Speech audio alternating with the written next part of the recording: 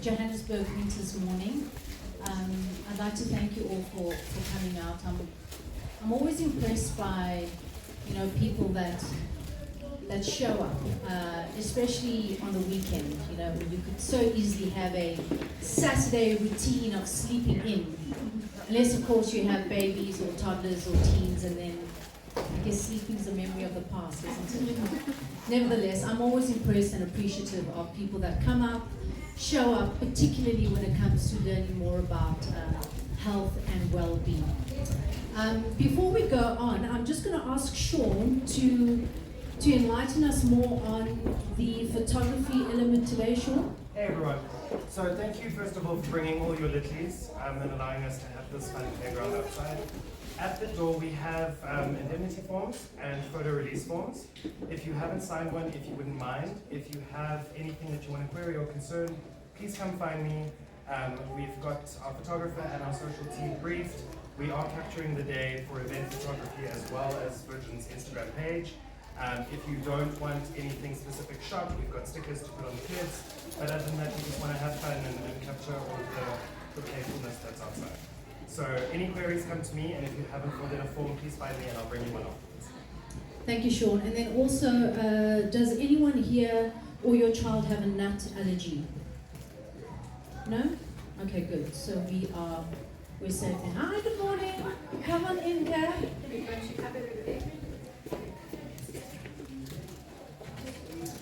So, guys, hi. I'm Zoraida Jardine. I used to be in television and radio host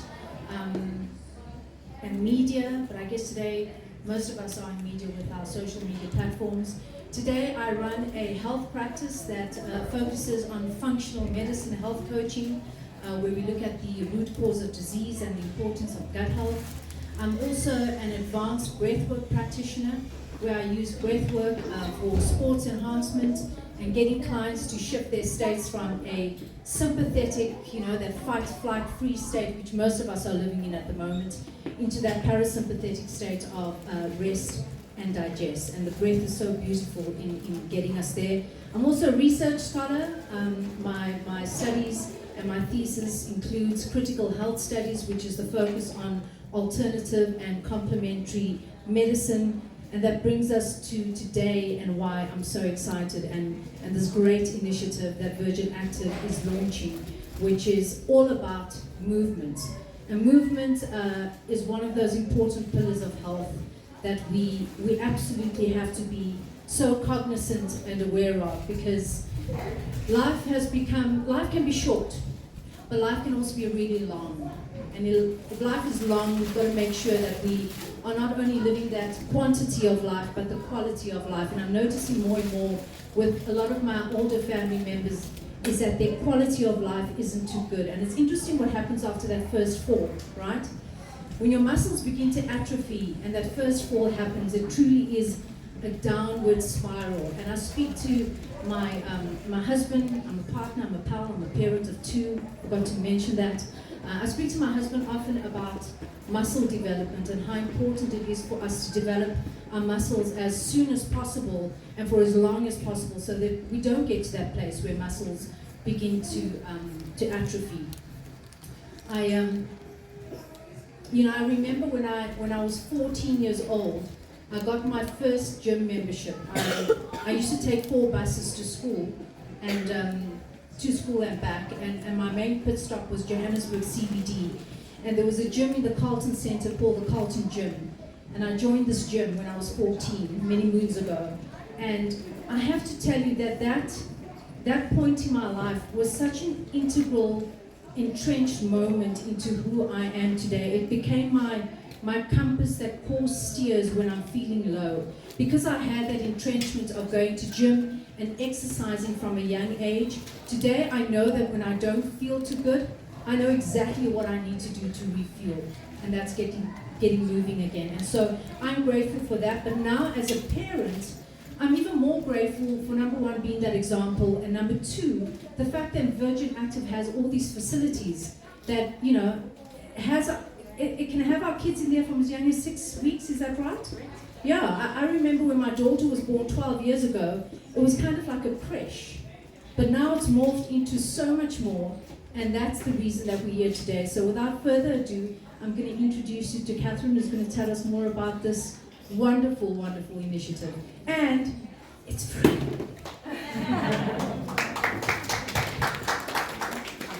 So I have a very loud voice, so forgive me, it's much easier to talk like this. I use my hands a lot as well. I think it would drive people crazy if the mic was doing. So just to introduce myself, my name is Kat Cooper and I'm the National Junior Member Manager at Virgin Active. So basically everything kids. So any child from 6 weeks to 17 years is my responsibility. And we always talk a little bit about Virgin Active kids being our best kept secret. My first question to you today is, who here is a member of Virgin Active? There's quite a few. Just out of interest, there's no right or wrong answer, don't worry, you won't be seen lies, so not really good at that.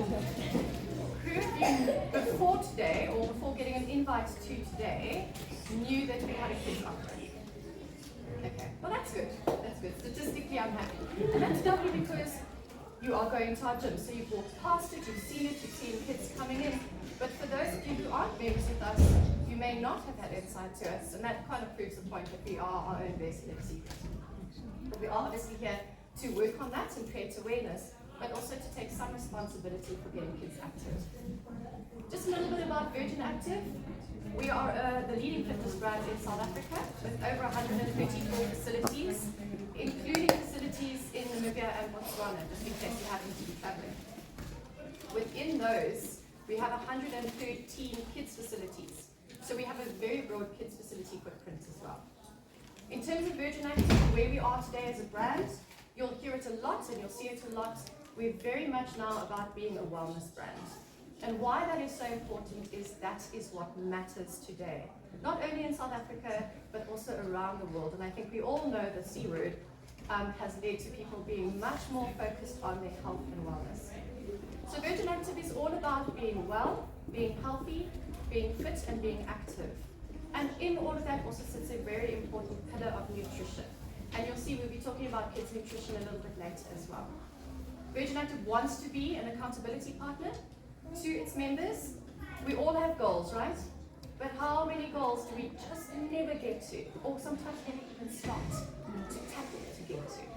And so as Virgin Active, we feel like we can be a brand that has the expertise and the know-how to support that. Because of course, apart from what we have in our facilities, we've also got fantastic online channels to support that. I know many of you work in the online space. Our online platforms are developing as we speak just about to make sure that we can be an accountability partner both inside and outside the gym. So we really want to be not just a training destination, but a place where we can encourage people, we can excite people, we can be their goal partner, and we can use our knowledge and understanding of the industry and what it takes to achieve those goals with our members. If we talk a little bit about Virgin Active and COVID, let's just get that elephant out the room. I think we all are quite tired of hearing about COVID. But the reality for Virgin Active was it was a tough time, as it was for many, many industries. But fitness in particular, as we all know, took a particular knock. And our gyms were closed during the very hard lockdown period. So it was a very difficult time for the brand, of course, but also for the fitness industry. And sadly, along with that, that meant that our kids' facilities closed. And even once the main gyms opened, unfortunately, our whole kids' business remained closed for a full 12 months. We were able to open partially, thank goodness, for 4 years and older, but it took another 7 months to get the permissions we needed to open for our babies and toddlers. Zareda mentioned that we actually take kids from 6 weeks. We definitely do, because we know that mommy wants to get back in the club and wants to get back to feeling good. And that's why we take them from so little. We've got the expertise to do that. But very importantly, during the COVID period, with all the kids' facilities being closed, that wasn't the only place that was limited to children. Obviously, they weren't able to go to school, as you all know, and it became sort of home was everything. But with that happening, what also happened was there was a definite increase in lack of activity. There was a definite increase in screen time. There may have even been an increase in less nutritious meals because we were just doing things on the fly, balancing work, life, kids, schooling, and everything in between. And so, an already quite difficult position that we were in as South Africans in terms of levels of inactivity for children. Around 2012 already we were looking about 50% of South African children were inactive. You can imagine that 2 years of sort of on and off lockdowns and being stuck at home only made the situation worse. And that's where we come in. So enter stage left, what we're going to talk to you guys about today, and that is this very exciting, very concise 15 minutes a chapter ebook that's downloadable and free to everyone. Okay? And the idea behind this is that it is a guide to build a foundation for parents and busy families to help their children get on track, get active, and get onto their wellness journeys. Because that wellness journey is what gets us through life and allows us to live active adult lives, and also as we progress into our older ages as well. So this book has been put together by a panel of experts, some of whom are sitting next to me. I'm very proud to have them next to me, and they'll be introduced in a little bit. These are experts across physical activity, sports science, wellness, nutrition, and kinderkinetics. And these books help to do the important things and help us to understand the important things about the benefits of exercise, because exercise for children has a plethora of benefits: emotional, cognitive, physical, psychological, psychosocial, and so much more. And on the physical side of things, just so many things happen to children when they get active that is good for their bodies. We'll talk a little bit of science later on. So this book is really, as I mentioned, the foundation and a guide to help these busy families and busy parents to get going with their kids. And what's nice about it is they can do all of this with their kids. You can do this all with your kids. We look across the age groups of 18 months to 13 years, and it's very much about making sure that we give you the toolkit necessary to get the job done. We really appreciate that life is tough, and taking even 10 minutes out of your day is hard. And this book is going to help you do what you need to do with the time that you have. So thank you for the opportunity to put this in front of you today. We'll be talking about it shortly. And also thank you for being here despite the challenge of course, having your own kids. And we hope that we can keep them nice and busy outside so you can listen to us. The last point I want to make is that Virgin Active is very much about understanding that it takes a village. And we would love to be part of our parents' village. So thank you for your time today.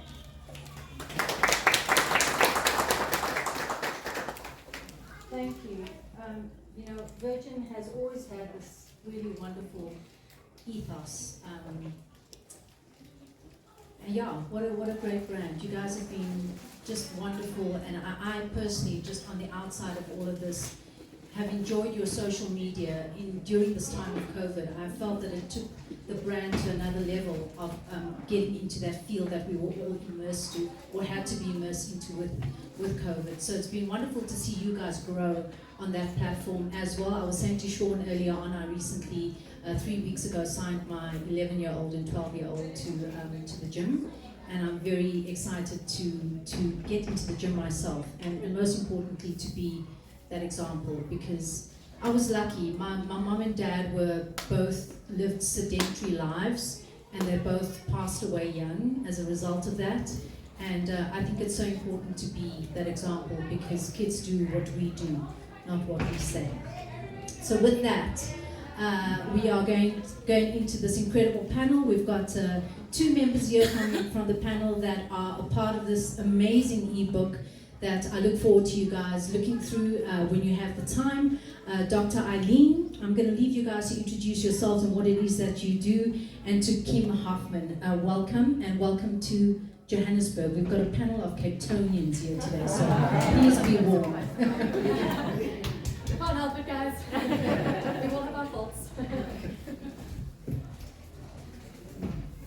Hi guys, I am Eileen Africa, and I hold a PhD in sports science, but I'm also a mom. I'm a mom of 2 beautiful daughters, and I've always been interested in kiddies and the development and the role of physical activity and the benefits of movement. And so a few years ago I started the initiative at Stellenbosch University, which is a honors degree in sports science, but it's called kinderkinetics. So my students work specifically with the little ones from 0 to 13 years old, and we focus specifically on physical activity, getting the kids active, and all the benefits that comes with it. Thank you. So So my name is Kim Hoffman. I am a registered dietitian and nutrition expert with a background in psychology as well. And my love is to teach people how to get it right. Most of us have a good idea of what good eating is. There might be a couple of things that are confusing that social media brings out, but the basics are there, what is healthy, what is not. But it's actually the behaviors that we need to get right. And I teach these mainly to adults, also a couple of teenagers. I don't teach it to young kids because I believe parents need to teach that. I'm not there to tell them what they can and cannot do. The parents need to know what to do, need to be able to do it so that they can model that behavior to their children. That's me. Thank you. Kim, I'm going to keep it with you. Can you, the concept of eating mindfully theoretically sounds amazing and easy, but how does one actually eat mindfully? Good question. It's such an easy thing not to be mindful with because we have such a rushed life. But what I always try and get my clients to do is make sure dinner is eaten as a family. That's how we can get good mindfulness going. When you sit together, you automatically slow down. Studies have shown that families that eat together eat more nutritiously.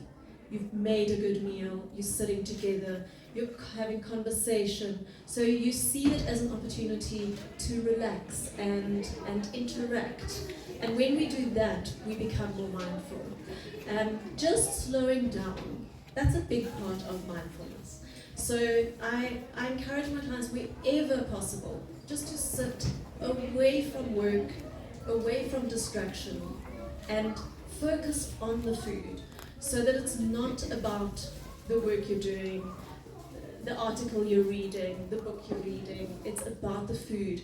Your taste buds need to get satiated just as much as your body needs to get satiated. And if we spend time with food and taste it and enjoy the different textures, we feel so much more satiated, and those are the people that are not going to look for other foods later on. And those foods are unfortunately the foods that don't bring much nutrition in. Thank you, Kim. I remember years ago I read this book, The Power of Now. Is anyone familiar with The Power of Now by Eckhart Tolle? And he speaks about being completely present when you do anything, at any given moment, being present. And I remember just after reading that passage, I went and I ate a banana. And I said to myself, and I ate the banana more present than I'd ever eaten a banana in my entire life. And I remember going, wow, this is what a banana tastes like. and it's so interesting that when you do slow down, take a breath, and become mindful, you really do begin to actually truly feel what something tastes like or sounds like. Like a big thing for me at the gym now is I don't listen to music anymore. When I'm on a treadmill or I'm doing weights or anything, I get present, I get mindful, I listen to my breath pattern, what does this exercise feel like, and get more in tune with all my other sensations. So I love the concept of mindfulness. Thank you, Kim. Kath, I want to ask you about Virgin Active's philosophy when it comes to, because the new buzzword is holistic well-being, right? So, I mean, thank you so much. As a Virgin Active member, I love that your offerings are so holistic, but tell me more about that concept and philosophy of holistic well-being for Virgin Active. Well, I think it boils down to understanding that, holistic isn't just getting fit. And I think, when people look at the fitness industry, that's what they think of when they think of the gym. But, Virgin Active has more than that under the roof, and not just under the roof, I mentioned through our online channels as well. So obviously we've partnered with a fantastic panel of experts, and it's, we've got two great ones with us today, but we've got a very broad group of people who are experts in their field that allow us to then channel science and research and clear expert understanding into the world of our members to help them in spheres that they're struggling with that might not actually be related to their fitness necessarily. So as I mentioned earlier, something like nutrition and the benefits of eating right when it comes to supporting your fitness goals, as an example. We also understand the benefits of being well that can lead to things like improving or decreasing rather your risk of chronic disease, improving your immunity, and everything that goes hand in hand with living a well lifestyle, especially in a world where we're bombarded with so much illness and so many things that stress us out about our bodies. So, and as we all know, Virgin Active is working now very closely with Kauai, who is obviously a nutrition brand, so it's a great opportunity for us to focus on how nutrition supports the wellness journey. Inside Virgin Active, apart from what I've just mentioned, we've also got experts like personal trainers, like group exercise instructors. We've got carefully curated classes that take care of different exercise goal needs, whether it's obviously to burn calories or whether it's to get strong, power, etc., etc. Our facilities are carefully curated, of course, and as I mentioned, our online content. That's all driven by experts who have put the programs together and are delivering that content for us. So as we start to broaden our world into wellness through our channels and through our footprint, mentioning that we have so many clubs around the country, this is our understanding applied in the world of our South African community to help them get on the wellness journey together. Thank you. The thing about optimal wellness is that, and I love that you mentioned nutrition, is that we can no longer look at health and well-being in isolation. If you're exercising radically, but your sleep patterns or your relaxation patterns are not good, then there's going to be a derailment. If you are sleeping well, but you're not exercising and you're not eating well, or you don't have a relaxation practice, something's going to be derailed. And so it's so important to put all of this into being and into practice holistically, from your relaxation, and I love your yoga classes, to your sleeping patterns, making sure you've got optimal sleep every night, to your movement, and of course, what's the other one? Nutrition, sleep, movement, and activity. Dr. Eileen, tell me, how does one begin to cultivate a practice of well-being in children when in today's day and age? I mean, I know as a parent, I cannot get my kids away from their screens. It's like being a drug addict. It's like they become miserable afterwards, they're angry, they're stroppy. How does one begin to do that? Because I personally find it a mission. I don't know what the right thing is to do when it comes to the screen.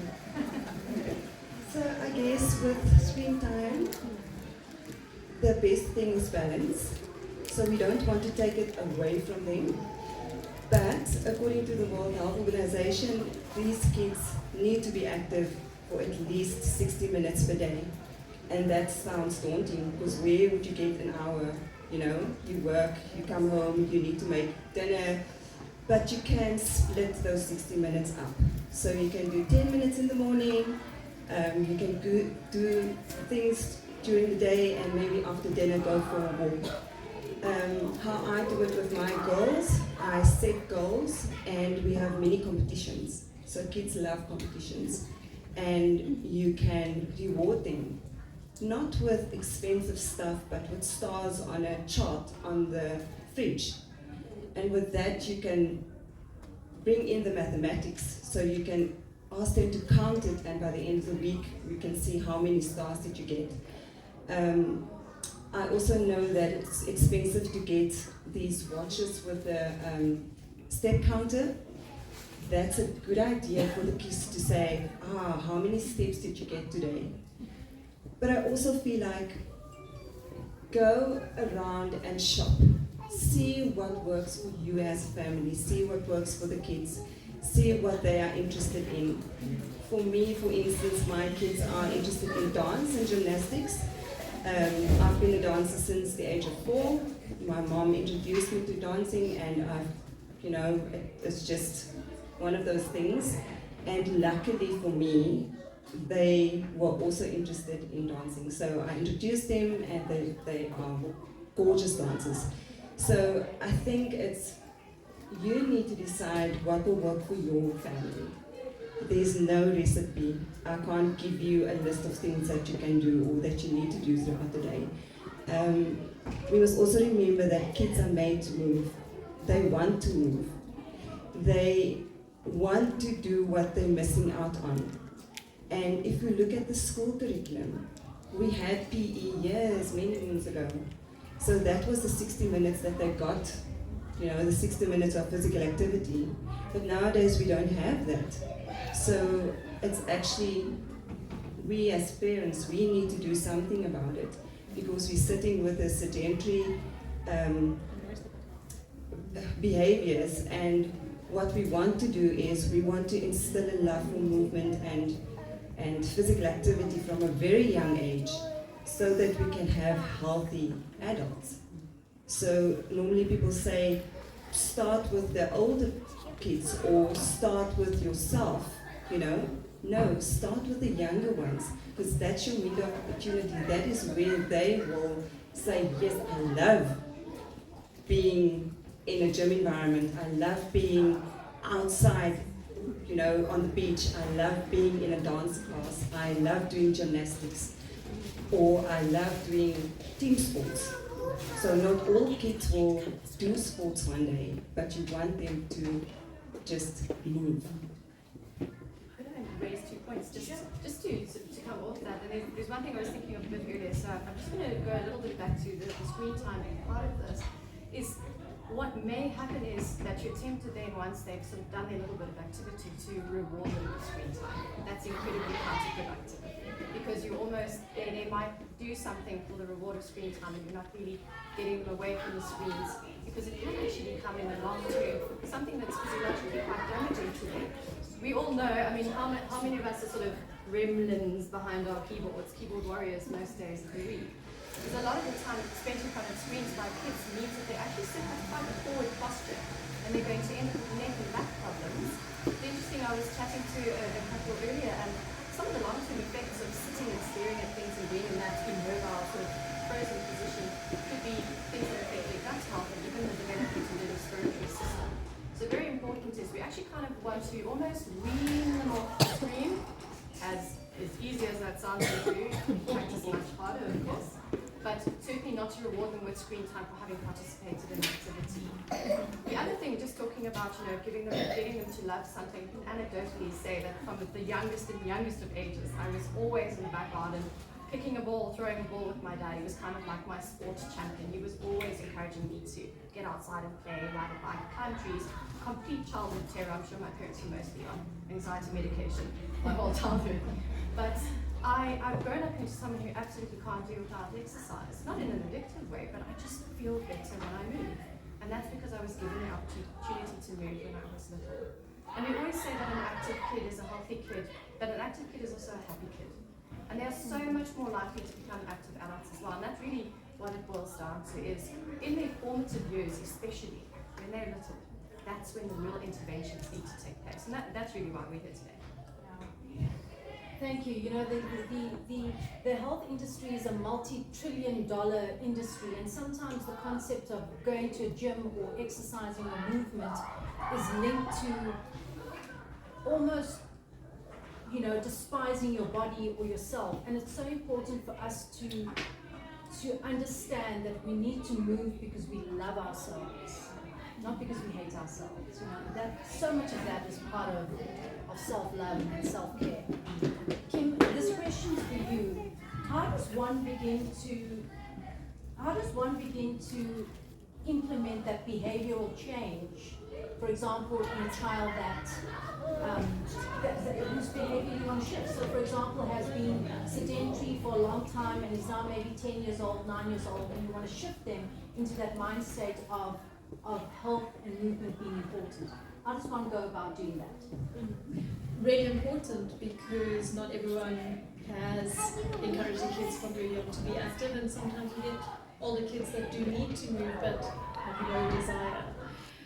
Number one, you've got to show them. You have got to model active behavior. You have got to be active. You have got to do it with them. Harder to encourage a 10-year-old versus a 2-3-year-old, absolutely. But it's do it yourself and kids will follow. And I think that is the most important. We need to remember we have to model the correct behavior if we want our children to have the correct behavior. As we said earlier, children do what they see us doing, they don't do what we tell them to do. And then I think we have to just make it fun. Yeah. We have to, and 10, 12, 13 is the age that kids start being more interested in being around their friends versus being around parents. And so incorporate friends. Get them to be active with friends. Don't just drop them off at a movie. Yeah, depending on how big the group is, drop them off. I'm saying the promenade now because I'm from Cape Town. You see, they're all right. So smiling. The Sorry. beach, those things. Okay, so I don't know what equivalent is. A nice park. We've got some great. I grew up in Joburg, so there are some nice parks. Or you send them to a shopping centre. They can only do what's it called? Only look at things they can't buy. They got to walk around the shopping. Window shopping is the word I'm looking for. So make it fun. Make them find things that they enjoy. It's also about getting to know your kids. Kids are so different. Their personalities are so different. And you've got more than one. You might have two completely different personalities. One that wants to be active and experience, one that doesn't. So find the things that work for them. And as Eileen said, introduce things at home that they can get rewarded for. And as Catherine will say, no screen time, also please no food rewards. This is often what we use. We reward with food and we think then we've sorted it out, but no, if they're just eating and they're not hungry, we're teaching them something that's not ideal. So be the model and make it fun, and just keep encouraging. Kids are adaptable. They do learn to enjoy it. And I love what you guys have said, that you had active childhoods and now you remember how good you feel when you're active, and that's why you go there. We also want to discourage, and unfortunately a lot of parents do start talking about weight with kids. We want to discourage you exercise for weight loss. We don't exercise for weight loss. We exercise to feel better, to release stress, to sleep better.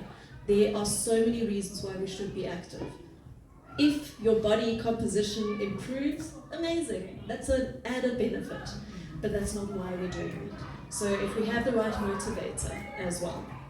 I know when I'm having a bed day and I'm sitting in front of the screen for a day, I feel worried. I don't feel like I've achieved anything. I feel so pup at the end of the day. I need to do half an hour of it, maximum an hour, then I need to get up and do something outdoors. Then I need to clean something. Yeah, get them involved in chores. That's activity too. It's all about movement. It doesn't have to be exercise. And it is about discovering what they love. So I think we want our kids to come to a place where physical activity is the reward, where they feel like after a long day, Mom, can we please go for a walk on the beach? So I think we need to work towards getting them to see physical activity and movement as the reward, and not food, not expensive things. Yeah, I've got a problem inside. I've got a great anecdote.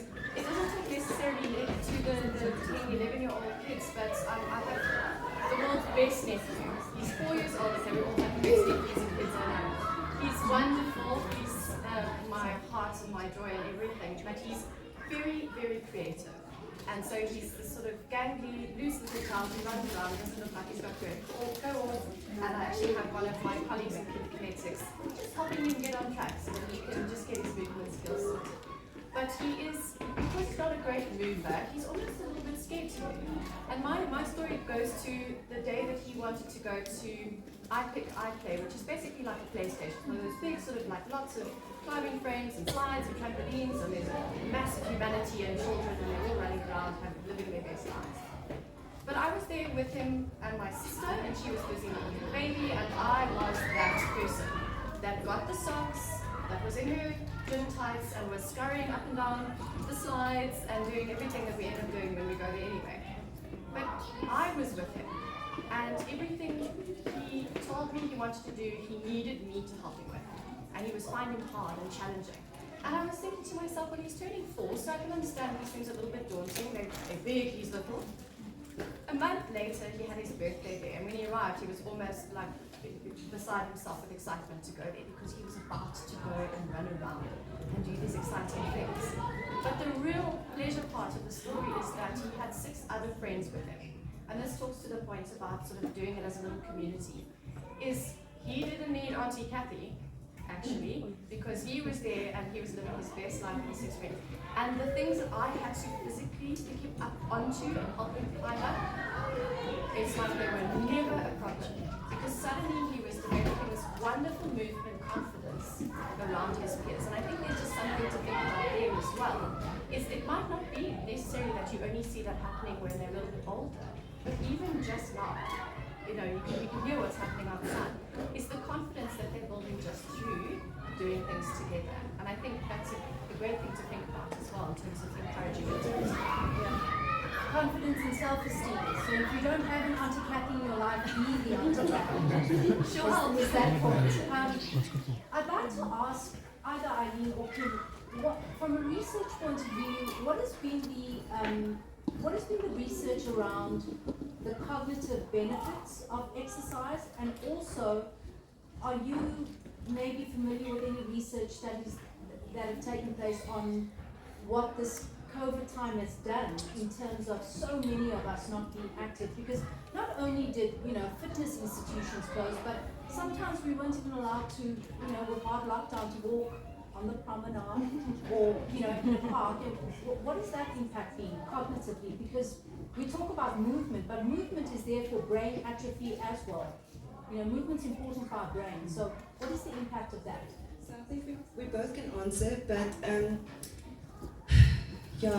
COVID happened, and I think we are struggling now. We are seeing in schools that kids are struggling because they didn't move.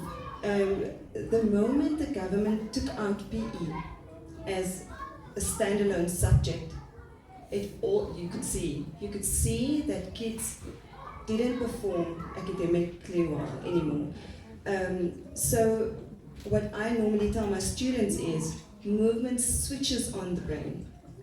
So you need to move for your brain to be switched on, and for you to be able to concentrate, and for you to be able to listen and to multitask actually. Just think of a child, he needs to sit, he needs to keep his posture right, he needs to listen to the teacher, he needs to look what's going on the board, and he needs to write things down. So there's a lot going on.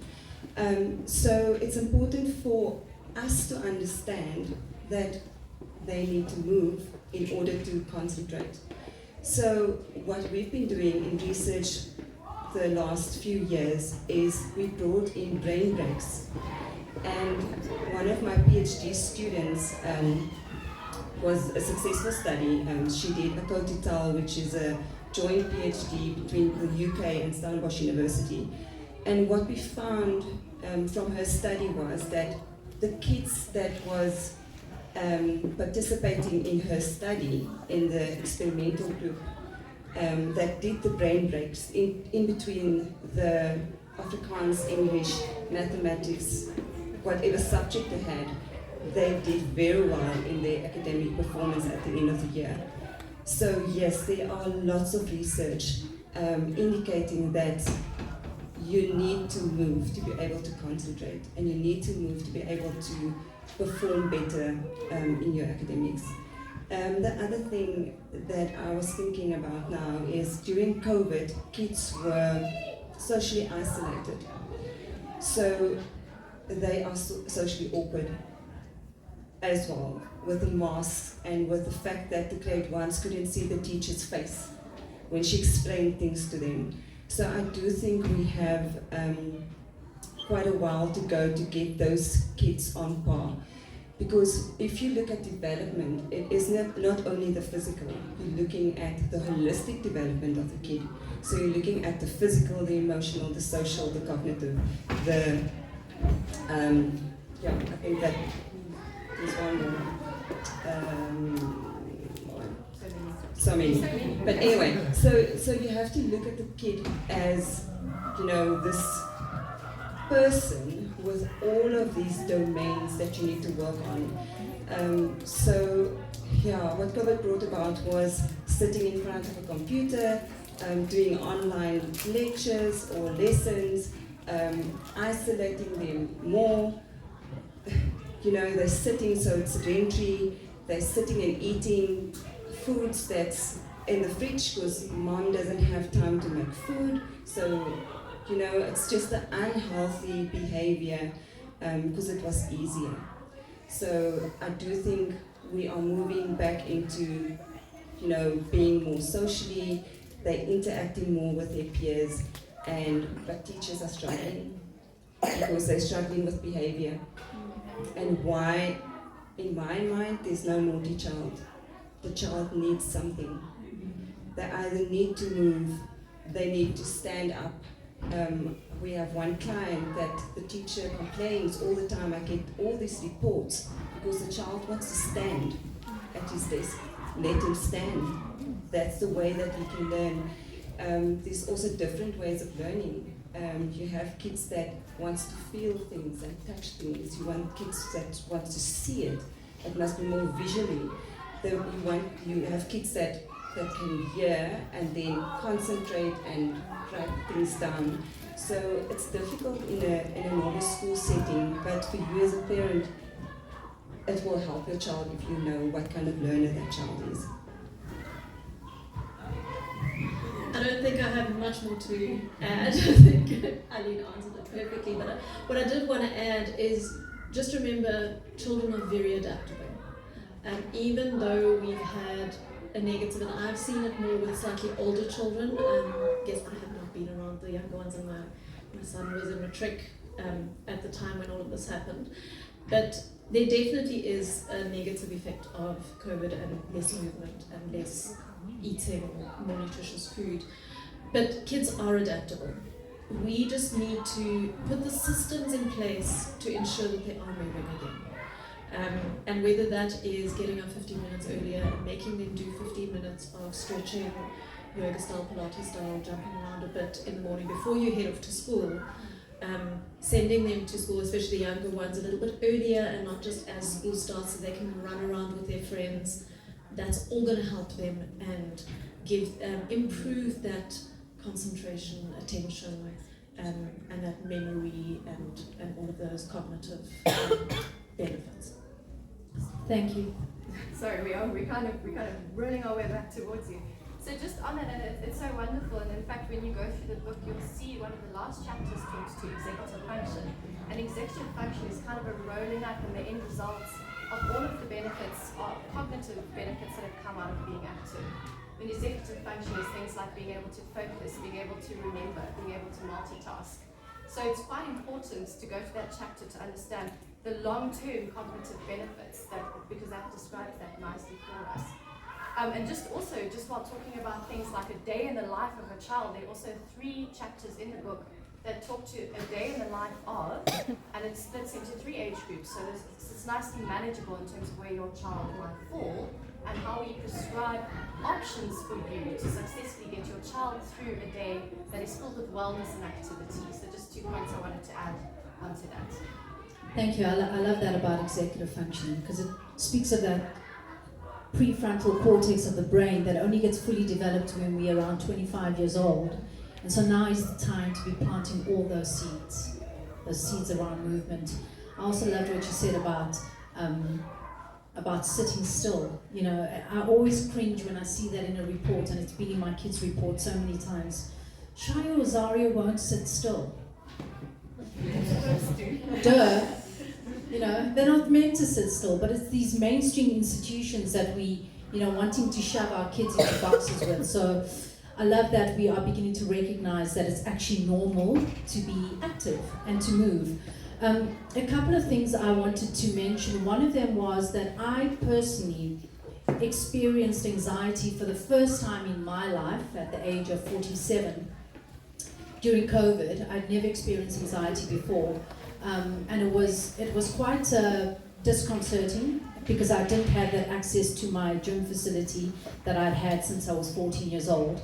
And so for people, I'm fine now, but for people like me that are still somewhat reluctant and reticent to get back into fitness, what advice can you give from a gym point of view? You know, people that are freaked out about hygiene or I don't know, COVID still. What can you tell us about that?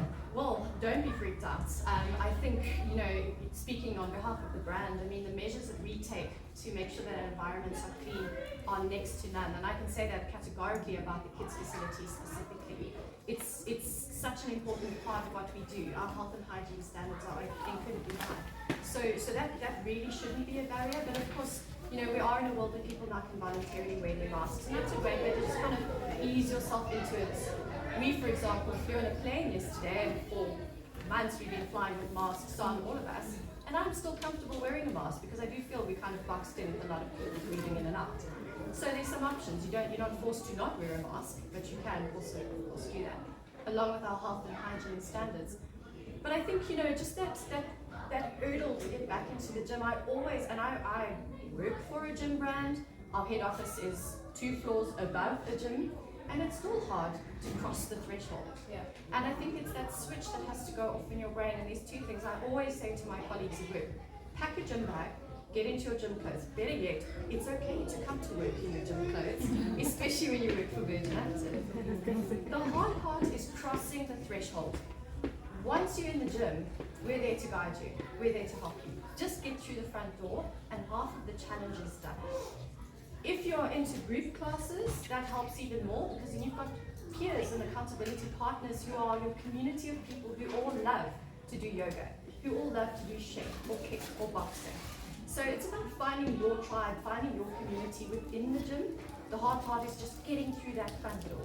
When it comes to how we can support you as parents, that's where Club V and Club V Max comes in. So that's the name of our kids' facilities. And that also means that you don't have to not come to the gym because you're not sure what to do with your kids. And we can talk a little bit about what those facilities offer later. But really, health and hygiene, we've got that covered. Experts to support you with your goals, we've got that covered. Community spaces like group exercise classes, we've got that covered. Get your gym kit on and get through. And if you repeat it 21 days in a row, it will be so integrated back into your life, you will wake up wanting to go. And it's very much about building that behavior and that culture. So yeah, that's what I would say. I love that, Kath. Thank you. And also, from a positive psychology point of view, for those of us that have navigated anxiety and maybe depression during this time, I think it's so important to start looking at what's happening that is right. Because it's so easy to focus on what's wrong. Oh, there's another variant, and oh, the numbers are going up. But what is right? And I mean, guys, we are sitting here mask-free. It's actually quite surreal when I think about it and I get present, because not too long ago this was virtually possible, but virtually socially impossible. And so we need to do that more, like what's happening that is right now. That's so important for our psyche. With that, I'd like to open up the floor to any questions that you may have for our panel. Any questions you want to ask about the environment, Kath? Ask away. Virgin is quite sustainable. Happy to answer. And just to add on to that point, I understand. I really do understand that would be one of the primary worries, particularly from a parent coming into kids' facilities. And that's why we take it so seriously. We actually model what we do after early childhood development centers, but we ramp it up. Because we can and because we choose to. We really understand that health and hygiene, security and safety they're at the bottom of that hierarchy of needs. They must be met before we can build on that, and that's why we do take it so seriously. So if you have any questions about that, please don't worry, we're happy to answer, and we're always happy to get advice, because we want to make sure that we don't let you come into our environment but you're fearful. That's not what we're about. We want it to be a happy place. Kath, can you tell us about the 2 different options that you guys have? Can you expand on that? Yes, Thanks. gladly. So this is where I get really excited. So I mentioned that we have 113 kids facilities around the country.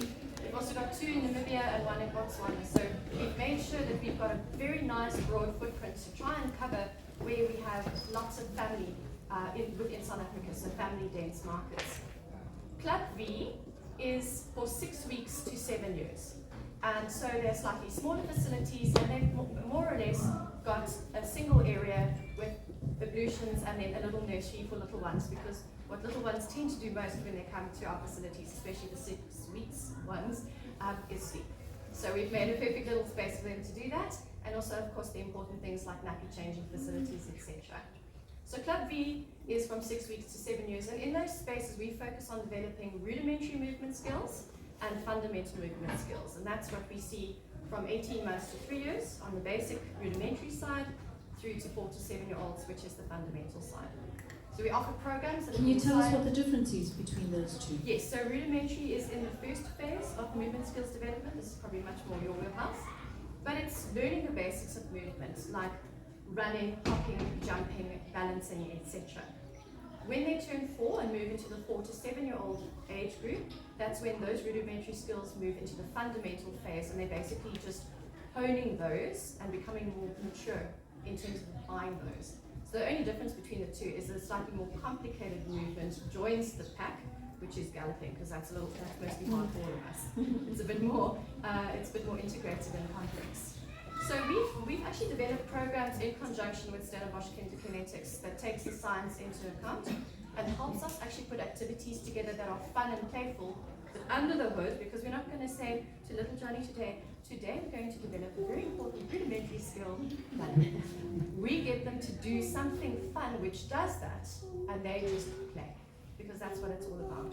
So those environments are very much about play, and we also make sure that we balance it out, because kids tend to exercise and they need to relax, exercise and relax. And so we offer arts and crafts, games and puzzles, and obviously, as you see, also toys for the little ones.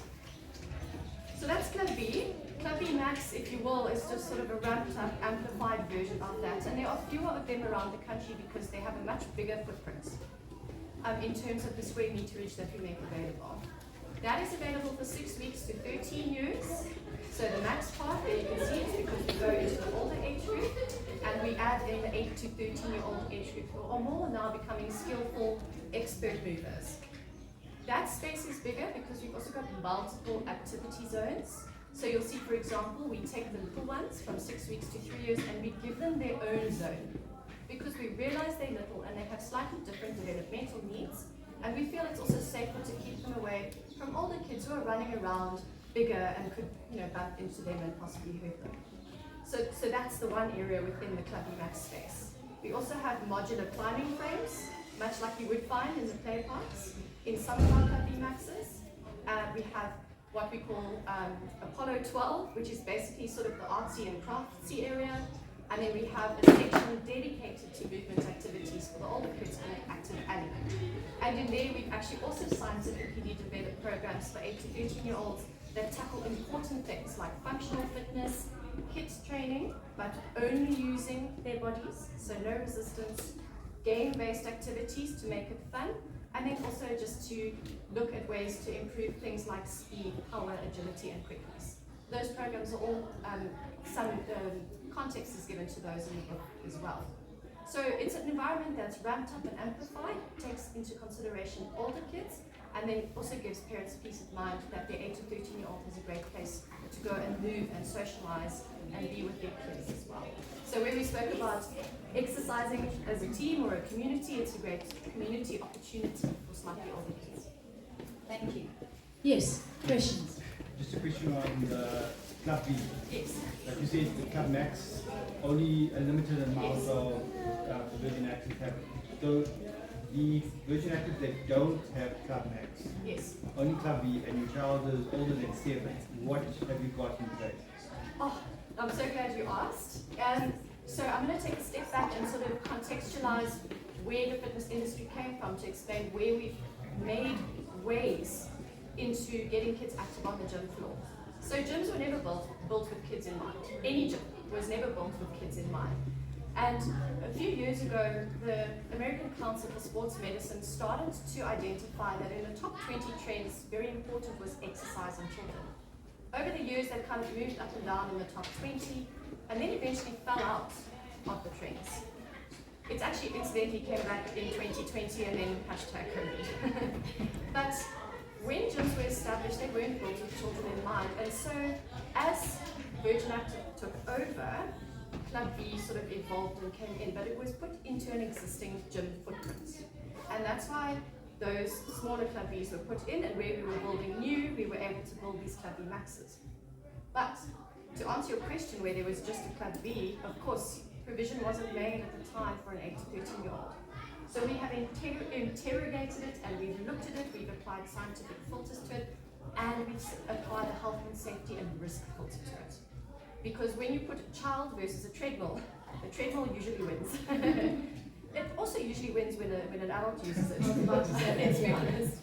But, so we have to, because it's so important to think about the safety of children, we have to apply that filter when we look at opportunities for them on the gym floor. Long story short, we have looked at what is age appropriate and safe for children to do on the gym floor under the supervision of their parents. Because in the Club B and Club B Max facilities, we've got we've got great examples outside of these wonderful humans. They are there to look after the children. But on the gym floor, that's the parent's responsibility. So we've got a selection of cardio equipment that can be used, a selection of adult group classes that are lower impact. We've also developed these 8 to 13-year-old classes not to just exist in Club B Max, but that can be given in our studios, and then also the stretch areas. And we're actually incidentally working on a program now with Kinderkinetics to put together a resistance program that's gamified, so in a game-based format, that a parent can actually do with their child on the gym floor. We are interrogating if we've done enough, because we always want to move the dial and make sure that the journey of the family is good, and we want to make sure that the journey of the parents who's trying to also get their workouts is good. So we are looking at different ways to open up more of the offering in a safe way where the child's safety is still considered, and where the parent can supervise but still get a great workout. And we do take that very seriously. In the fitness industry, if we could redo it, I would always go in and say, let's look for more opportunities for 8 to 13-year-olds. Yeah, so great question, thank you. My question is less about movement and more about food. Is that okay? Sure. Okay, awesome. So we have a 2-year-old, and I think we're good with the movement part. She does gymnastics, we go to the park, she loves being active. But with the food part, because I grew up in quite maybe body shaming, food guilt sort of environment, and I'm trying to undo that and not give food as much power as it had over me. So I don't know what my question is, but I think my question is what is some of the language that I can use around food where I don't want to give chocolate power and be like, no, it's terrible. I want her to have chocolate when she feels like chocolate, but obviously I don't want her to have the whole snack, So how do I sort of speak about that in a way that's still healthy and more, you know what I'm saying? Thank you. Chocolate is everything. What do you mean? Absolutely. It's such a good question and such an important part of this journey to get kids most healthy. The first part is just make sure that the more nutritious foods are more available. So one of the most important parts that parents can play is providing the right foods. And the way to think of it, don't think good, bad. You don't get good foods and bad foods, or you don't get bad foods. You don't get clean foods. There are foods that bring more nutrition, and there are those that are just for the mouth to enjoy. So that's how I break it down. And when you provide foods for your children, provide those that bring nutrition. Focus on them. But do have times where you give them or let them have something that's just tasty. Because we need to not demonize them. So if you don't give it to your child at all, it's going to find it somewhere and it's going to be overwhelmed. Yeah. So, but those foods, because they don't bring the nutrition, they're occasional. 2-3 times a week. Small portions. And we teach them small portions. So you just present a small portion.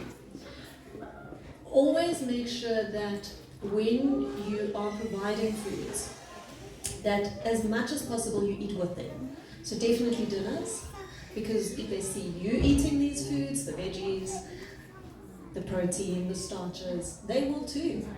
I've got a client who is busy trying to change his daughter, she's 5, change the daughter's way of thinking around food was eating in front of the TV, wouldn't eat what they ate, said start bringing her to the table, start eating earlier. And she's starting to taste the foods and she likes them. Whereas the thought was, oh, she won't eat it. Yeah. But they will. The taste buds can experience things. And there will be foods that they go, But remember that taste buds change over time. After about 2 weeks, we've got a new set of taste buds. And that's why we can get used to less sweet foods, more sweet foods, less salty, more salty. So if we've gotten into a habit where we're eating too much of this tasty food, we just decrease it and increase the more nutritious food. So provide, and the best way to think of it is a child needs to eat regularly.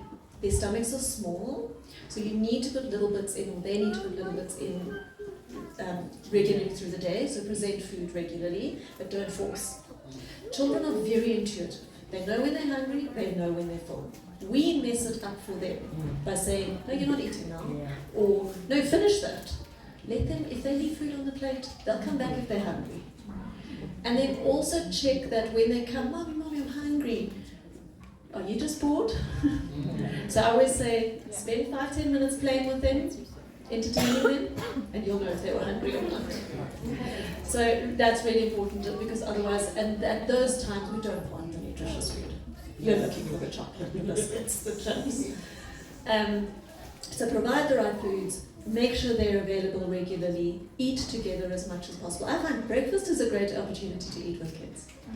We struggle to get our kids to eat in the morning because we don't eat in the morning. So sit with them. It improves, you'll see the improvement once you're sitting with them doing it. And not in the first week necessarily, but give it time. Perfect. Thank you, Kim. I think, sometimes we think relationships with people are difficult to navigate. I think sometimes it's the relationship with food that can be so hard to navigate, and the shaming that happens around food stays with us forever, that can result in such catastrophic body dysmorphia that you never ever get rid of. I'll never forget, I was one of those parents. My kids would never touch a screen. Yeah, right. My kids would never eat sugar. Yeah, right. And then one day, we had come back from a party and my daughter was around 3 years old and she had fallen asleep. And so I put laid her out on a bed and I wanted to take off her clothing to make her more comfortable. Guys, in her underwear, she had stuffed all the chocolate from the party. It was a hot summer's day and it was completely melted.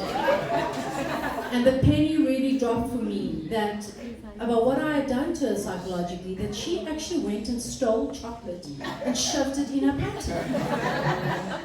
And so it's so important to not demonize food. I realize, because I love science, it's so important to say, sugar's delicious, but what is it that too much sugar can do? And once we start planting those seeds of what these things can do from a nutrition or disease point of view, then somehow you're able to facilitate and moderate and do things in moderation more. I know for me as an adult, that's still something I struggle with, my relationship with sugar. And I'm on the brink of being insulin resistant, but I know that I'm never going to be one of those people that's never going to eat ice cream, because I love ice cream. And so I think it's the knowledge that's important. Is this her? Yeah. Hello. There we go. Enjoy it. Chocolate is the bliss chemical. Any other questions? Yes. Can I ask you, so I've tried to download the book now while we're sitting here, and I see there's two options. So if you're a Virgin Active member, you can download the book, and if you're a non-Virgin Active member, you can actually go into a club, and there's another mechanism. But what do you hope to achieve? What do you want out of this book with South African parents? Oh, it's a great question. So many things, it's quite hard to distill it down into one answer. But I think the first thing is just that to create an awareness that we are here to support South African families. If I had to give you just a single answer, it's so much broader than that. I think we also really want to have the opportunity to help get kids active and be an option for parents in that regard.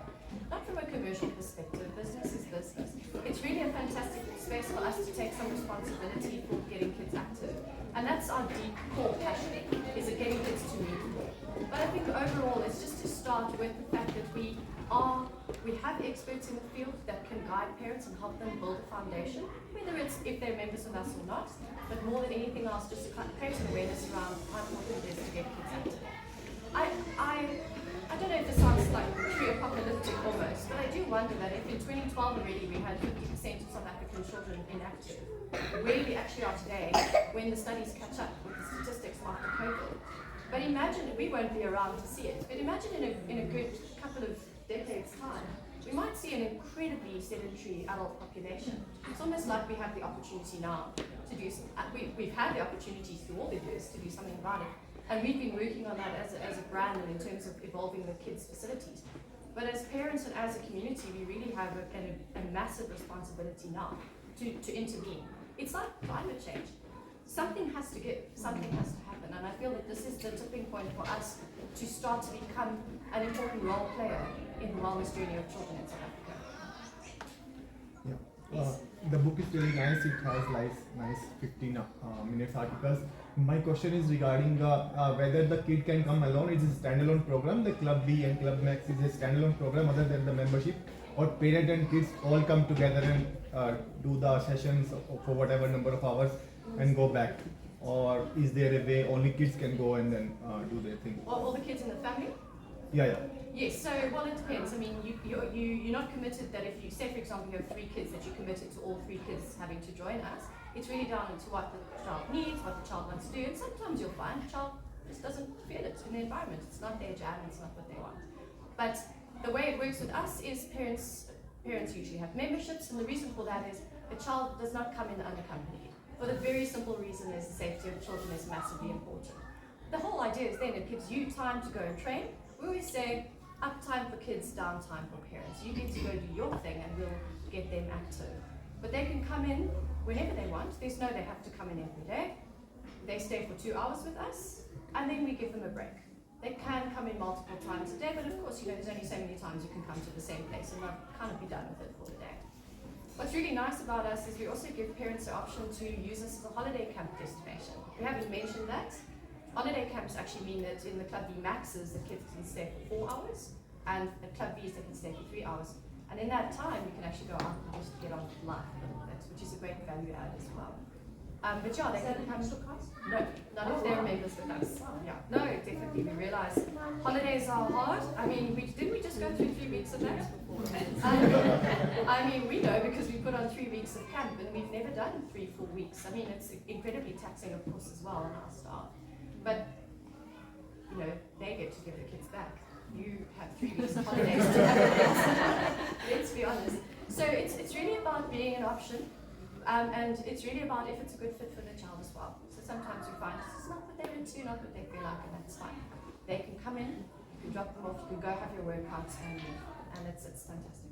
And also it will have the same kind of collaboration with the Discovery Insurance, including the family as well, right?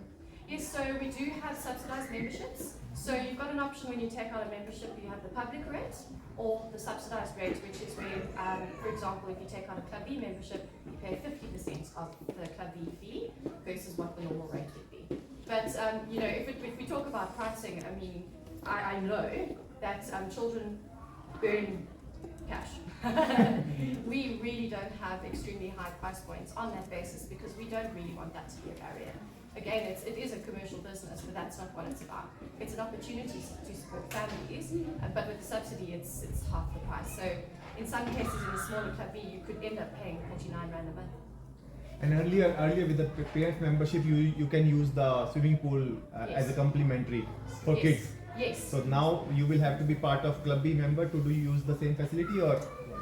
Not necessarily. So we do have an option for 0 to 7-year-olds and 8 to 13-year-olds that are not for access to the kids' facilities.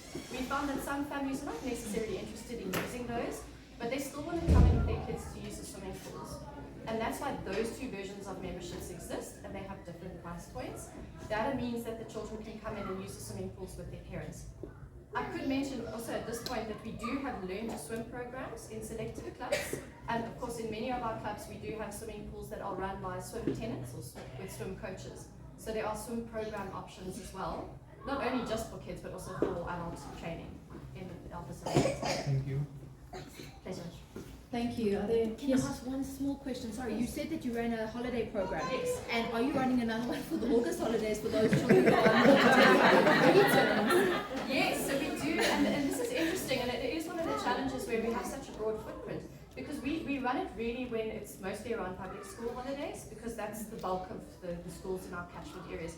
But where the clubs actually come to me, and they'll say that we've got quite a strong private school catchment, as an example, and the terms are very different, we then say to them that it's absolutely 100% they can actually put on a holiday camp program for those schools in August. But for those that are in the public school environment, we will do another week in October, and we'll do hopefully 2 weeks in December, and depending on what in because these things do change a little bit sometimes as well in terms of the holiday duration, may also do a week in January, because we know you've scraped the bottom of the ideas barrel by January. So we recognize that, and so we're really all about families and trying to make it a good journey for you guys. Thank you. Any other questions? No? Any of our panels want to say one last word or sentence? Or how about a word? Give me a word, Kim. Just a word that you end off with. One word. Enjoy. I mean? 2 words. Okay. Just have it. Stay active. Yes. Oh, okay. Pull the pressures out. I think fun. That's what it's all about. Okay, cool. Thank you guys. We are going to break for a Sorry, I changed it up a little bit just because I think the kids are having They've fun. had a lot of fun, Yeah, and okay. it's also quite chills. Okay. So we've just been tightening it a little bit. So Okay. actually, Kath, if you have any closing words, we're then going to let everyone just go and play. We're going to be open till 2, have fun with us, chat to the panelists. But we just decided to tighten it so that you could go be outside with the little ones. Thanks, Sean. Cool. I mean, I've said so much today, and I just want to thank everyone for the opportunity. We're here till 2, and then we are flying back to Cape Town. Sorry, half an hour to wait. But we really have enjoyed having you here, and it's been so wonderful also just meeting you before we came and sat in front of you. Please ask any questions. Feel free to come and chat to any of us. We're here for you. But I do want to, this is a very important part for me, and I might actually get a little bit emotional, so I do apologize in advance. We've been doing this for a while, and this is a big day for us to be sitting in front of you and putting something so sort of wonderful in front of you. And so I just want to take the time to say a few thank yous. First of all, thank you very much for being here and taking us through this program. We really do appreciate it. It's such an honor to be sitting next to someone of your caliber. And then thank you very much to the Razor team. 12 months? It takes 12 months to write the book. And I get goosebumps, and there's been so many role players, and just to thank everyone, but Anelia, I can see you hiding in the corner there. Anelia set everything up today, so thank you so much. Nikki's in the house over there. She's done all of the setup alongside Anelia, and Anelia, she gave us a deadline, and we get to. And Sean, who I've worked most closely with, has really just wrangled and pushed and pulled and been so wonderful in terms of bringing us all together and so collaboratively coming together to put this in front of you. Thank you so much to my partners in crime who are here today. Kim, to have you as part of the nutrition journey for kids has been such an honor. And then a specific thank you to Dr. Africa, who I don't think when we studied together, we won't say how long ago that was, but I don't think when we forged our partnership 8 years ago, we thought we would be sitting here together doing this. And it's been an amazing journey, and thank you for all of your contributions over the years. And then she's going to hate me for it, but she is my wingman, wing girl. She's my partner in crime. She's got her back turned to me now. She's hiding. But Sarah, who some of you may have collaborated with or met or heard of, is our head of content at Virgin Active. And it's through Sarah's buy-in, belief, and support that we really are sitting here today, because it takes someone to believe in something. And we've had these conversations for many years, and she really has been that critical catalyst for us to start this journey. And I really want you to know that we appreciate you, and we appreciate that. So thank you so much for your investment in that for us. And thank you to all of you again. It's been wonderful, and as I said, please do come and chat to us. We're here until 2.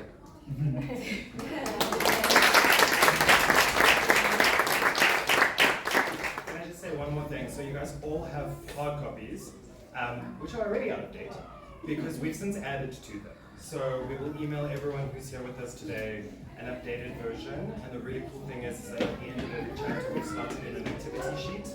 You can print it out and actually get some practical fun kind of initiatives after having gone through the theory.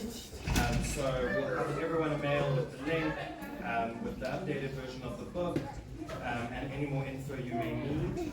And yeah, I think that's it. If you, as I mentioned, if you haven't signed a photography form, please do just come find me. I've got them. And we've got the playground outside. We've got the amazing Club V crew outside. Have some more fun with us. Otherwise, thank you for coming. Thank you. Thank you, everyone.